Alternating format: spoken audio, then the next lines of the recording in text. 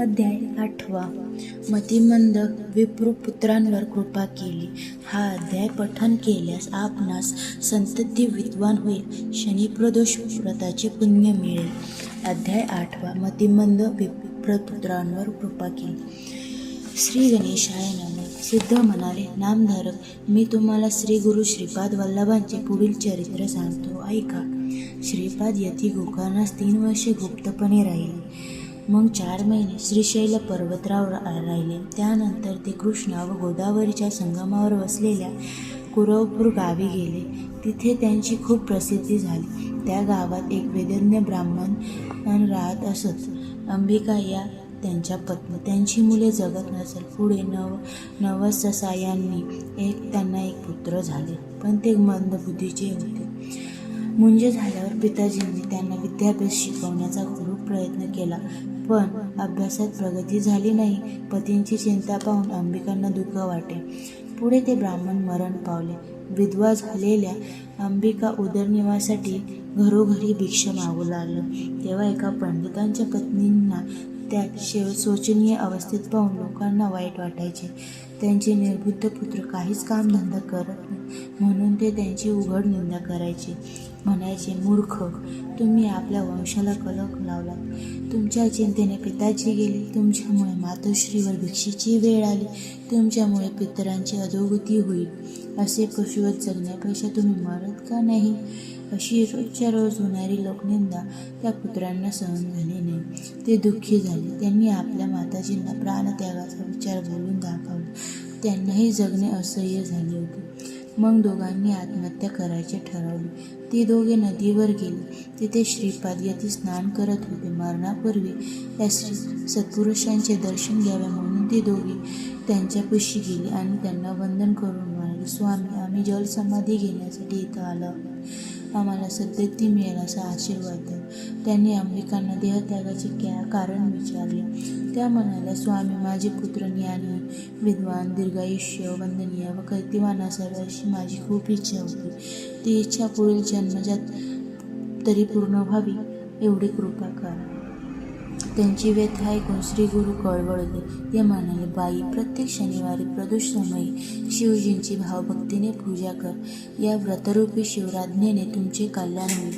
त्यावेळी त्यांनी एक व्रतकथा सांगितली. म्हणाले, उज्जयिनीचे राजा चंद्रसेन यांचे जीवलग मित्र मणिभद्र हे परम शिवभक्त होते. शिवजींनी त्यांना प्रसाद म्हणून एक तेजस्वी मणी दिला होता. त्यांनी एक व्रतकथा सांगितली. मणी दिला होता. त्यांचा दिव्य प्रकाश पडताच लोखंडाचे नव्हे तर पाषाणाचेही सुवर्ण होत असे. राजा व मणिभद्र दोघेही तो मणी गळ्यात धारण करत असत. तो मणी मिळवण्यासाठी अनेक राजा प्रयत्नशील होते. त्यांनी उज्जैनीवर एकत्रित आक्रमण करून नगरीला वेढा दिला. चंद्रसेनाने तिच्या रक्षणार्थ सैन्याची व्यूहरचना केली. त्या दिवशी शनिवार होता. तिथे होती त्रयोदशी. शनी प्रदोष व्रत करणाऱ्या राजांनी सायंकाळी शिवालयात जाऊन महाबळेश्वरांची यथासंग पूजा केली. त्यावेळी देवदर्शनासाठी आलेल्या काही गवळणींनी व त्यांच्या मुलांनी त्या पूजेचा आनंद घेतला.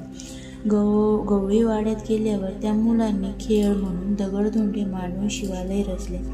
त्या शिवलिंग म्हणून एक दगड ठेवला आणि पत्री व फुलांनी त्यांची पूजा केली. रात्रीच्या वेळी सर्व मुले आपापल्या घरी गेली, पण एक मुलगा त्या पूजेत इतका रममाण होता. आईने जेवणासाठी अनेकदा हाक मारूनही तो घरी गेला नाही. तेव्हा तिने तिथे येऊन त्याला थपाटा घातला आणि दगडधोंड्याचे शिवालय विस्कटून ती तणतणत निघून गेली. ते पाहून त्या गोपाळ बाळाला खूप दुःख झाले. तो रडू लागला आणि आता प्राणत्यागच करायचा असा निश्चय करून घरी गेलाच नाही. तो तिथेच राहून लिंग म्हणून मांडलेल्या दगडाकडे पाहत शिवनाम घेऊ लागला. त्याची भक्ती पाहून प्रसन्न झालेल्या शिवप्रभूंनी तिथे एक रत्नखचित शिवालय उत्पन्न केले. त्यात दिव्य शिवलिंग होते. त्यांनी त्याला दर्शन दिले. तेव्हा त्याने त्यांना माझ्या मातेवर रागवू नका अशी विनंती केली. ते म्हणाले, बाळा, तुझ्या मातेने प्रदोष समयी माझी पूजा केली आहे. पुढे तिच्या उदरी भगवान विष्णू अवतार घेतील. तुझेही सर्व मनोरथ पुरतील. वरदान देऊन ती लिंगस्थानी गुप्त झाली.